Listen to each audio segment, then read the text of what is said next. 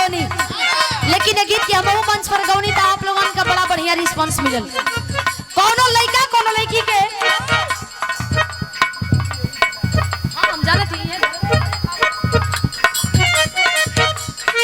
कोनो लड़का कोनो लड़की के देख के कहता कि ये धन मान जाई तू, लड़की कहती है कि दूरे रहो। बताओ ता लड़का का कहता,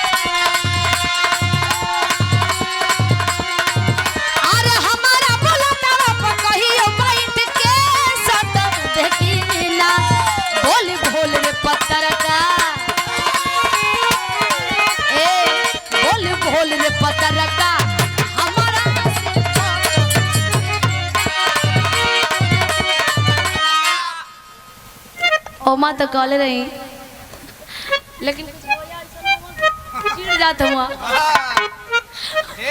जात हुआ ढेर गोया कि हमें मोटका पतरका कहत हूँ। यही से अब जे समझे वाला वही से हम बात कहला, जे ना समझे वाला जौन मेन पॉइंट है वो पकड़ लेला। एक बात और कहे का, जब देहा से ले तबगी में फूल झरे लगा, जब देहा से ले तबगी में फूल झरे लगा।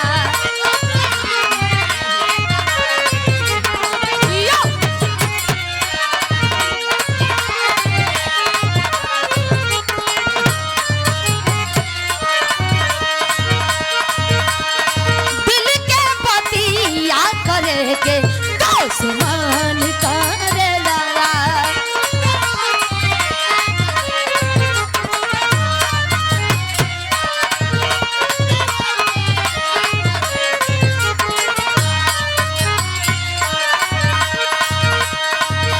अरे मधुओ से मीठ तोर बोलिया रे, करे गलिया से बलिया ठीक लिया रे, करे गलिया से बलिया ठीक लिया रे।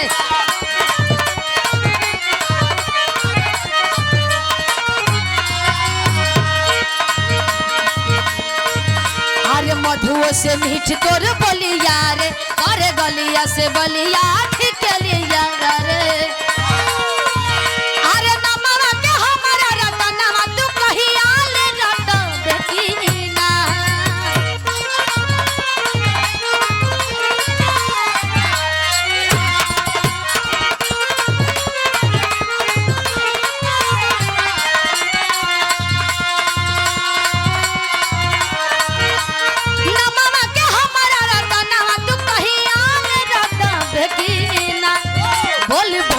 पत्थर का बोल बोल रे चक्कर का।